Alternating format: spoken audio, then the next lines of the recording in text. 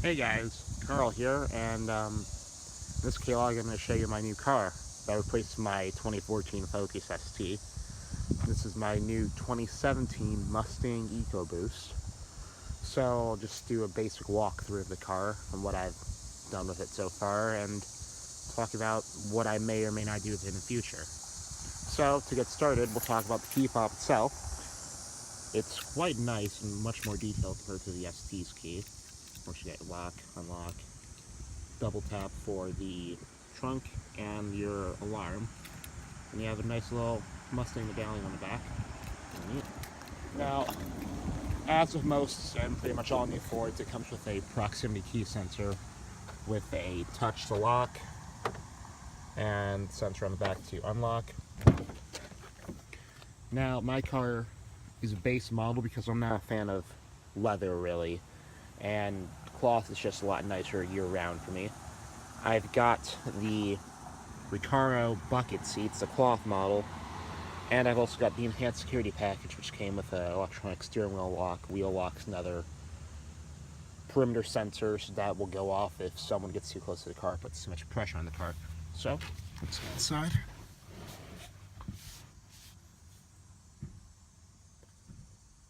Very clearly a base model, but I'm not too bothered by it. Of course, manual, because that's all I drive now, and I don't really have much to complain about it when it comes to commuting. So, of course, with the proximity system, it's push button ignition, so fun brake and clutch, or what you can do is you can push once, which is turn on all the accessories and power, then clutch.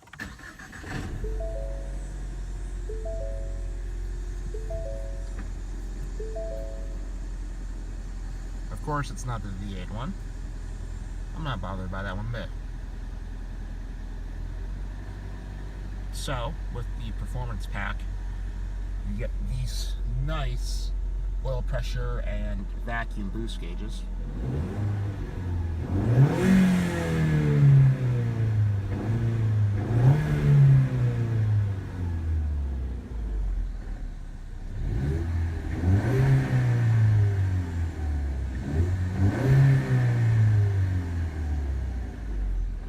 Some of the things I found out about this car is that it comes with a gauge mode where it can look at all these neat little features, such as air-fuel ratio, cylinder head temperature, inlet air temperature, which already tells me that I'm going to need a bigger intercooler in the future. Oil temperature, something I care about a lot, and voltage for the battery.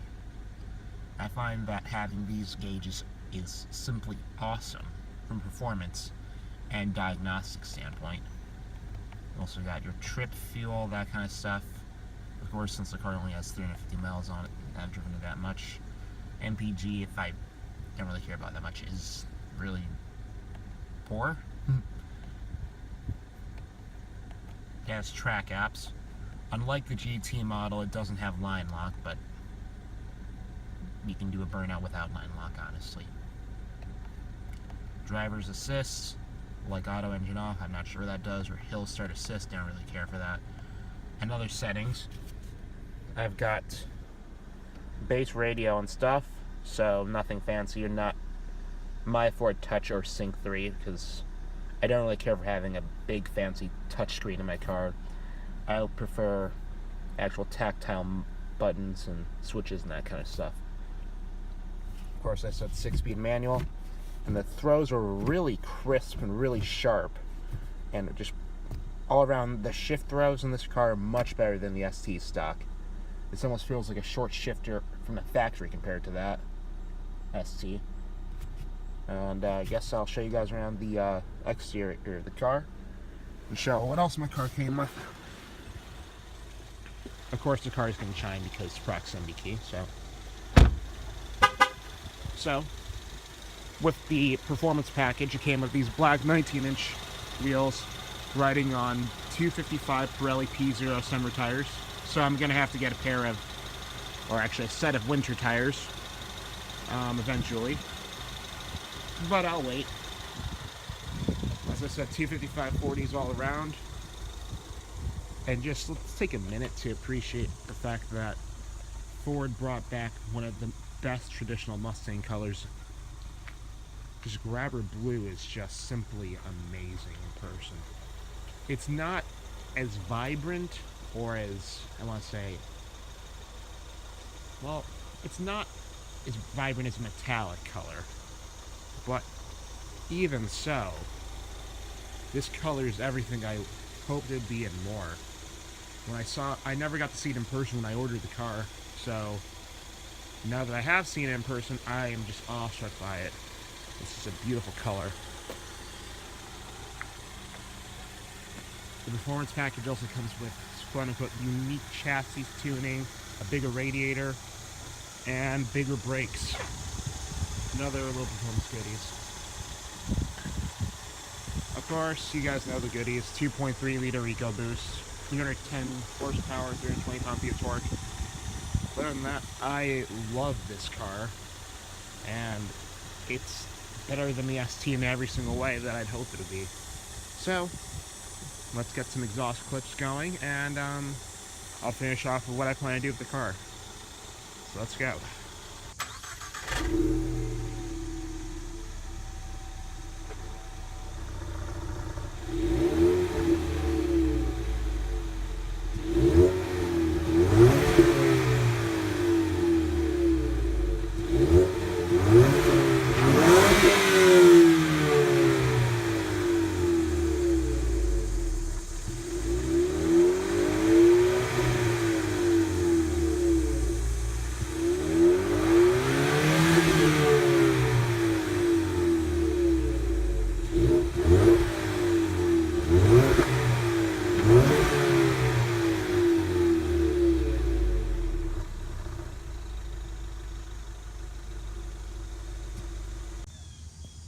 As for modifications, the only engine modification I made is a UPR dual valve catch can.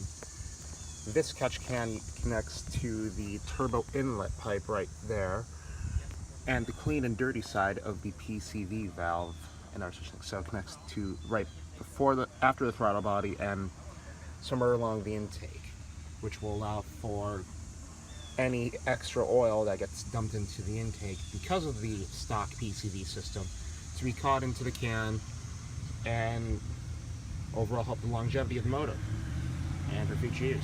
So yeah, that's the only engine modification I have. Other than that,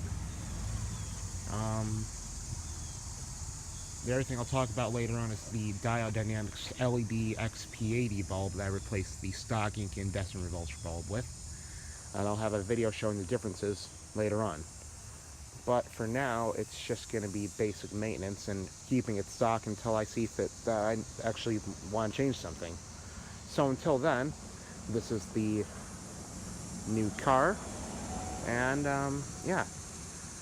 Thanks for watching, and I hope you guys stick around. Take care. Because I can't think of a better way to end this video, let's just watch these taillights.